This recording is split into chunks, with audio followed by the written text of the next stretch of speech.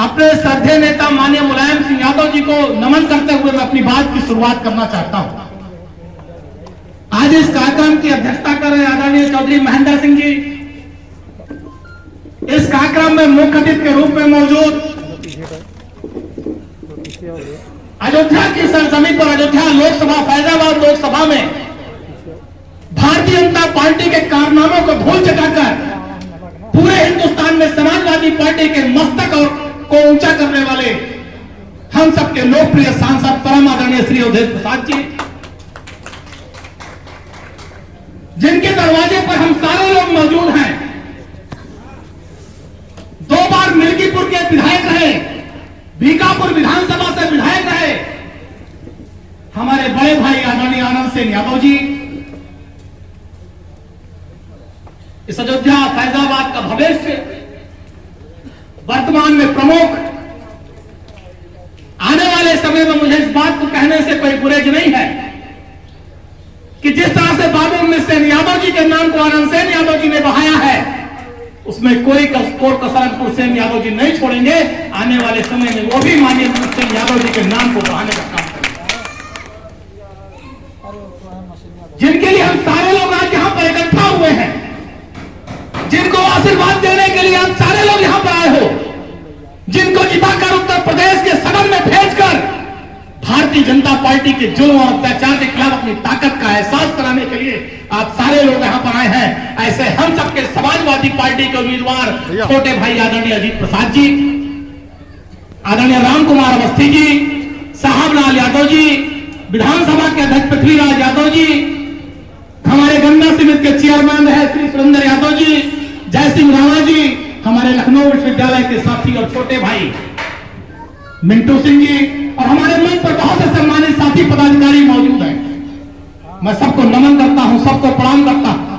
और अपनी बात शुरू करने से पहले जो सामने हजारों की तादाद में मिल्कीपुर के देवतुल क्षेत्रवासी यहां मौजूद हैं, मैं आप सभी को हाथ जोड़ के प्रणाम करता हूं, आप सभी का अभिवादन करता हूं।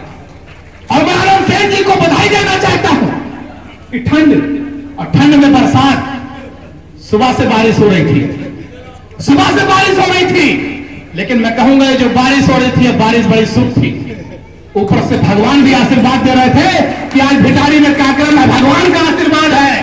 बाबूजी भी ऊपर से देख रहे थे और आशीर्वाद दे रहे थे कि आज आनंद सेन जी कार्यक्रम कर रहे हैं, अंकुर सेन जी कार्यक्रम कर रहे हैं, ये हमारा आशीर्वाद है कि अजीत प्रसाद भारी से भारी वोटों से जीतकर इस क्षेत्र के सम्मान को बढ़ाने का काम करेंगे। हम कहना चाहते सारी बातें आनंद सेन जी ने शुरुआत में बता दी, कितना जुल्म और अत्याचार सहा है इन्होंने, बाबूजी के साथ कितना संघर्ष किया है। लेकिन आज ये गौरव का विषय है कि उसी संघर्ष की बदौलत चाहे बीकापुर रहा हो, चाहे मिल्कीपुर रहा हो, चाहे अयोध्या रहा हो, चाहे दरियाबाद रहा हो, सारे विधानसभा के लोगों ने वोट देकर जो भारतीय जनता पार्टी का जलजलाता हुआ जुल्म और अत्याचार अयोध्या की धरती पर हो रहा था, तो अयोध्या फैजाबाद की लोकसभा से आप सारे लोगों ने आशीर्वाद और दुआ देकर श्री अवधेश प्रसाद जी को हिंदुस्तान की सबसे बड़ी पंचायत में भेजने का काम किया। इसके लिए भी आपको हम धन्यवाद और बधाई देना चाहते हैं। आज जो चुनाव हो रहा है, मिल्कीपुर के विधायक को आपने सांसद बना दिया, तो आज उपचुनाव में उनके लायक बेटे अजीत प्रसाद जी यहां से प्रत्याशी हैं। साथियों, आज भारतीय जनता पार्टी के राज में क्या है, आज किसान कितना परेशान है। यही भारतीय जनता पार्टी के नेता भाषण देते थे हमारी सरकार बनेगी, किसान की आय दुगनी कर देंगे। बताओ मिल्कीपुर के किसानों, गरीबों, मजलूमों, अगर पिछड़े दलित समाज और दिग्गज समाज के लोगों, किस किसान की आय दुगनी हो गई? आज किसान की आय दुगनी होने की छोड़ दीजिए, आज भारतीय जनता पार्टी की सरकार में किसान के हाथ में कटोरा हो गया है। मंत्री जी ने पता नहीं कितनी बार किसानों को लेकर आंदोलन किया, सदन में उठाया, सड़क खेत चल जा रहे हैं, सड़क किसानों की जान ले रहे हैं। खाद की बोरियां पहले 50 किलो की थी, जब भाजपा की पहली बार सरकार बनी तो 45 किलो की हो गई, दोबारा सरकार बनी तो 40 किलो की हो गई। सोचो, एक किसान की आय दुगनी करने की जगह खाद की बोरिया के वजन को कम करने का काम भारतीय जनता पार्टी के नेता और पदाधिकारी और सरकार कर रही है। नौजवान, मिल्कीपुर के नौजवानों बताओ, यही भारतीय जनता पार्टी के नरेंद्र मोदी ने कहा था, देश के प्रधानमंत्री ने हमारी सरकार बनेगी, हर साल 2 करोड़ लोगों को रोजगार देंगे। बताओ मिल्कीपुर के कितने नौजवानों को सरकारी नौकरी मिल गई? अगर जोड़ा जाए तो 10 साल में 10 करोड़ नौजवानों को पूरे देश में सरकारी नौकरी मिलनी चाहिए थी, आज भी नौकरी के नाम पर कटोरा है। नौजवान भुखमरी के कगार पर है।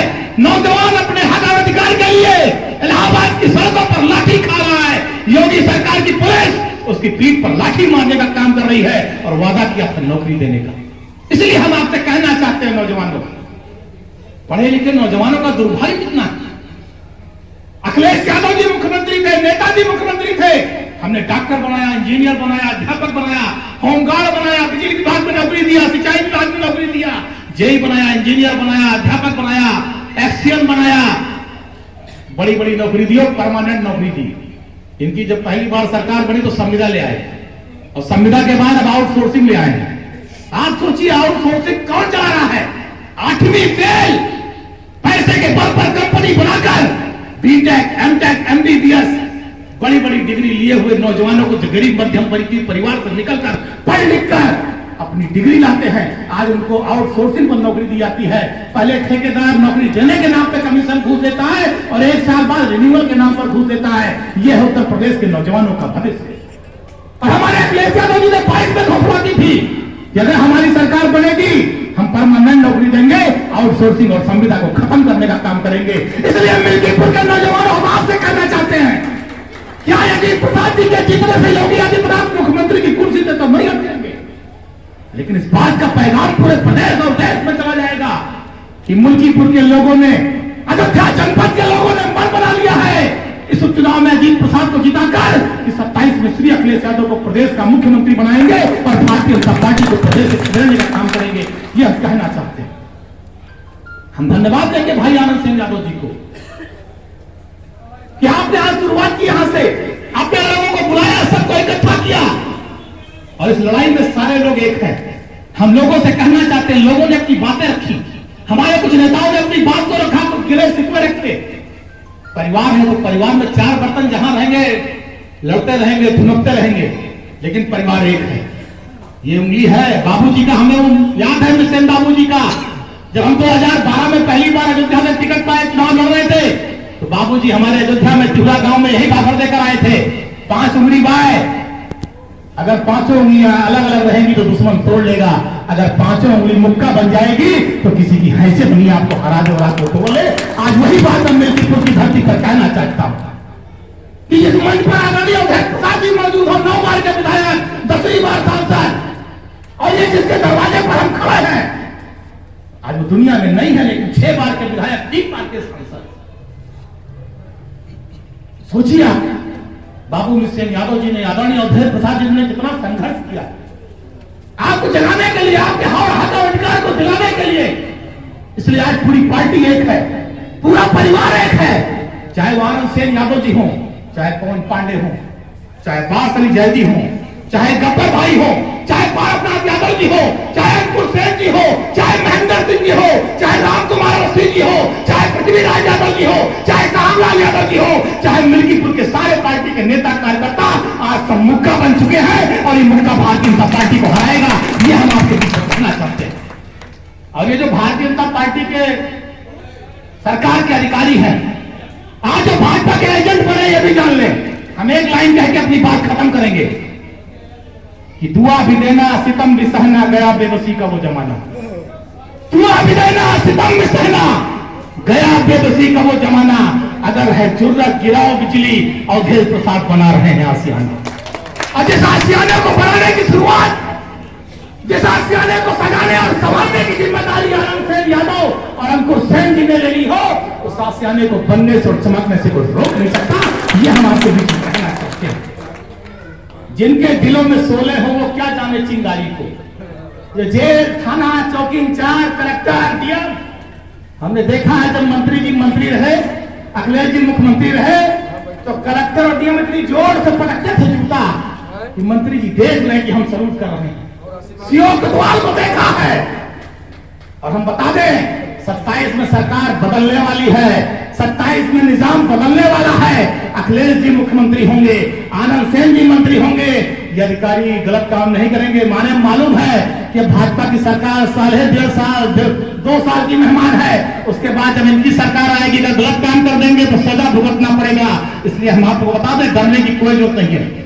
बस अपने साथियों से अपनी बात खत्म करते हुए एक निवेदन करेंगे कि इस बात का संकल्प ले लो, इस बात का मन बना लो कि घर परिवार का कोई वोट बचेगा नहीं जो वोट पा न जाए।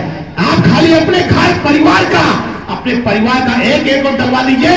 हम आपको विश्वास दिला रहे हैं, भारी वोटों से भाई अजीत चुनाव जीतेंगे, कोई रोक नहीं पाएगा। ये कहते हुए अपनी बात खत्म करूंगा कि जिनके दिलों में सोले हो वो क्या जाने चिंगारी को, जिनके दिलों में सोले हो वो क्या जाने चिंगारी को, हथकड़ियों को, जंजीरों को, जेलों की चार दीवारी को।